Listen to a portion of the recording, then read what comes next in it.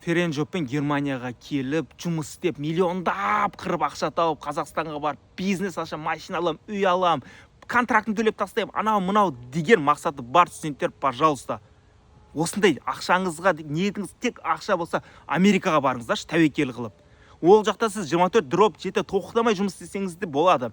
Ал Германияда жұмыс құқығы қатты қадағаланады. Бір адамға бір ғана жұмыс істеуге рұқсат беріледі. Оны мемлекет заңмен қадағалайды, заңмен тұрақтандырып қойған. Түсініп тұрсыздар ғой да? Естественно, бір жұмыспен тапқан ақшаңыз сіздің өзіңізге, қыдыруыңызға, шығындарыңызды өтеуге жетеді. Ақша таппайсыздар деп тұрған жоқпын, ақша табасыздар. Бірақ миллиондап тұрып ойлап, андай, білмеймін, бір машина алам, үй алам деген арман бұл орындалмайды. 3 айда тем более. Ал сіз платныйда оқитын студент болып, платныйыңызды шығарып алам деген ойыңыз болса, яғни мақсатыңыз, ниетіңіз ақша болса, Қазақстанда жүріп істеген жақсы ондай жұмыстарды. Өйткені сіз Германияға келіп жұмыс істесеңіз, қолыңызға тиетін ақша, сол ақшаны Қазақстанда да, прям Розакович айтпақшы, ешақ болып жұмыс істесең табасын. Яғни Қазақстанда сіз үйіңізде жүресіз, жататын жеріңіз тегін болуы мүмкін, общежитиеде да жатуыңыз мүмкін, не болмаса жеп ішуіңіз арзанға түседі.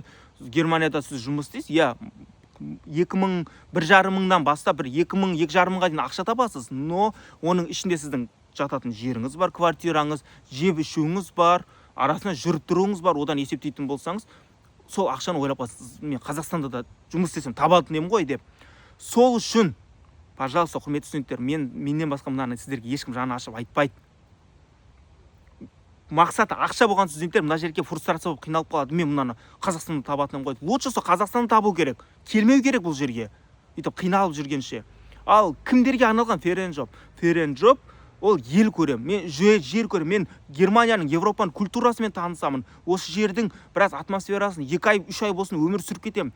Турист болып келген басқа, мына жерге өмір сүріп кетуге келген басқа. Сол жақтарында, пожалуйста, ескеріңіздер. Мақсат ел көрем, жер көрем.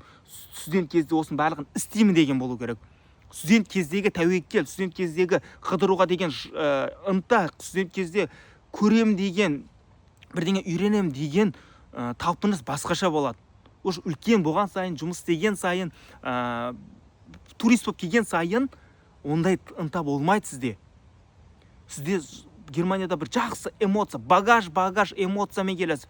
Басында кейін қиын болады, базар жоқ, одан кейін сіздерде жақсы бір естеліктер қалады да, соңында жіберген адамға рахмет айтасыздар. Басында мен қандай жұмысқа жібердім деген болуы да мүмкін, ондай да болды. Соңында рахмет айтасыздар, өйткені сіз багаж эмоциямен қайтасыздар. И оны сіз көптеген орталарда, көптеген адамдардың айналасында кругта отырған кезде айтып бере аласыздар, күліп тұрып. Мысалы үшін мен әлі күнге де айтамын, Францияда менің кроссовкамды ұрлап кеткенін, және Италияда шлепкамен жаңбырдың астында жүргендерімді, Амстердамда ұйықтап қалғандарымызды, Парижде скамейкада ұйықтаған күндерімізді, жұмысқа азанда барғанымызды, 8 сағат тоқтамай жұмыс істегенімізді, 80 килограммнан 70 килограммға дейін азып, қыздай болып университетке барғанымызды, барлығын қызығып, күліп тұрып естиміз. Оның барлығын көру керек. Дәл сондай қиыншылықты дәл қазір маған істейтін болса, мен көргім келмейді ондай нәрсені. Өйткені менде қазір ондай ынта жоқ. Студент кезде бар еді. Сол үшін, пожалуйста, мақсатты ақшаға қоймаңыздар. Мақсатты көрем, білем, үйренем деген қойыңыздар. Және осы видеоны мен ақша табам деген студенттерге фишка жіберіп қойыңыздаршы. Сол ақшаны Қазақстанда жүріп тапсын. Қазақстанда табуға болады.